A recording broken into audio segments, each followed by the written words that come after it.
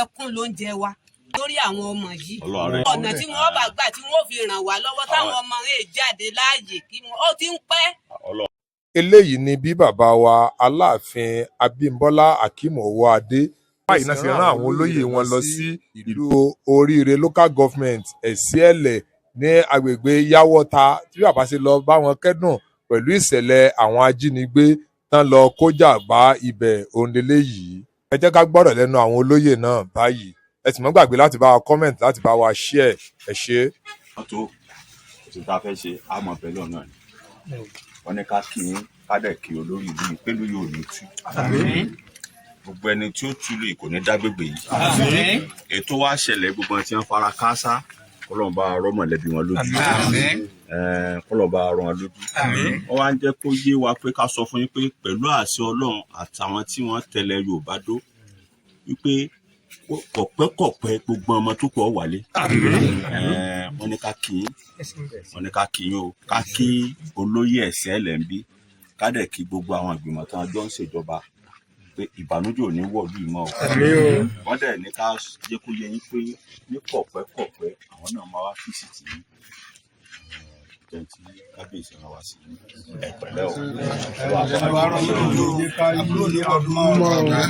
Èyí tí yóò ṣẹlẹ̀ Ọlọ́run ọba yóò bá wa ṣẹ́wó ẹ̀mí.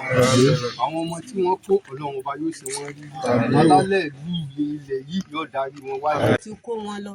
Ó ti di oṣù kan ọjọ́ 15 òní sì ní 28 kí ló kù àbí kí ni bó là á pè jọ́ 22. Mo wò kán nínú kínní lánàá àwọn ọmọ kéékèèké ọmọ kan ń ṣe báyìí ń gbọ̀n báyìí ọ̀kan sùn kalẹ̀ ọ̀kan ń fóúnjẹ sí i lẹ́nu sẹ́rùpò báyìí dá káwọn gómìnà náà wọ́n ràn wá lọ́wọ́ kọ́lọ́hún sì ràn wọ́n lọ́wọ́. àlè oúnjẹ kan ẹkún ló ń jẹ wa lórí àwọn ọmọ yìí. Ọlọ́run kí wọ́n dákun gbogbo ọ̀nà tí wọ́n bá gbà tí wọ́n fi ràn wá lọ́wọ́ táwọn ọmọ rẹ̀ jáde láàyè kí wọ́n ó ti ń pẹ́.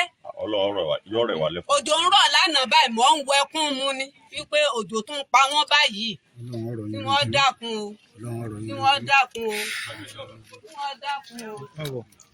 Aṣọ òkun síkà tí wọ́n ń hùwà yìí Ọlọ́run ọba yóò fà wọ́n lé wa lọ́wọ́ ni Ọlọ́run ọba yóò di ká sí rí wọn tú yóò ní bàjẹ́ o yìí yóò ní bàjẹ́ o àwùjọ gangan ò ní bàjẹ́ o Akeem Abímbọ́lá Owóadé Ọlọ́run ọba lásìkò rẹ̀ yóò mọ̀ wàhálà kábíyèsí ní akíyé o.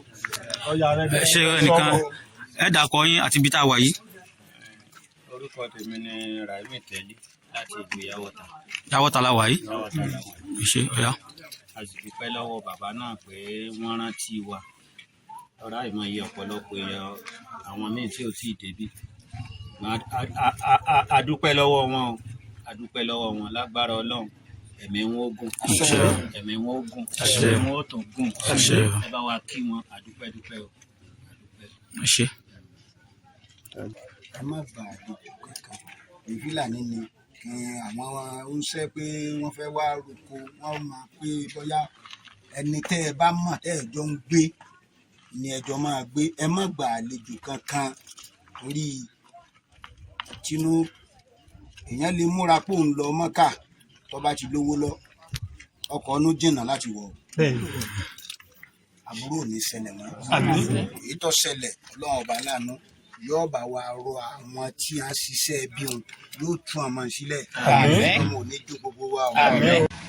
Kábíyèsí bàbá yìí múra wá sọ́dọ̀ bàbá Ẹlẹ́sìẹ̀lẹ̀ pé ká wá bá wọn fún àwọn ìrìnàjò tó ṣẹlẹ̀ ìkọlù tó ṣẹlẹ̀ ń bí fún ìbánikẹ́dùn tí wọ́n dẹ̀ ní ká jẹ́ kó yé wọn pé àwọn tí wọ́n ń láyé kò ní jẹ́ kí irú ẹ̀ ṣẹlẹ̀ mọ́.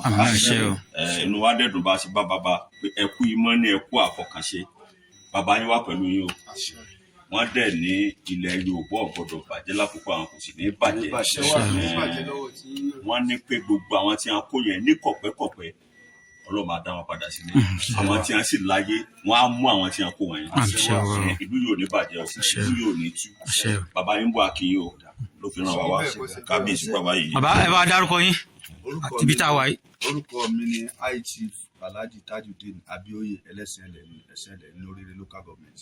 Ṣé àdúpẹ́ òní bàjẹ́ ọlọ́njà bá yín pẹ́.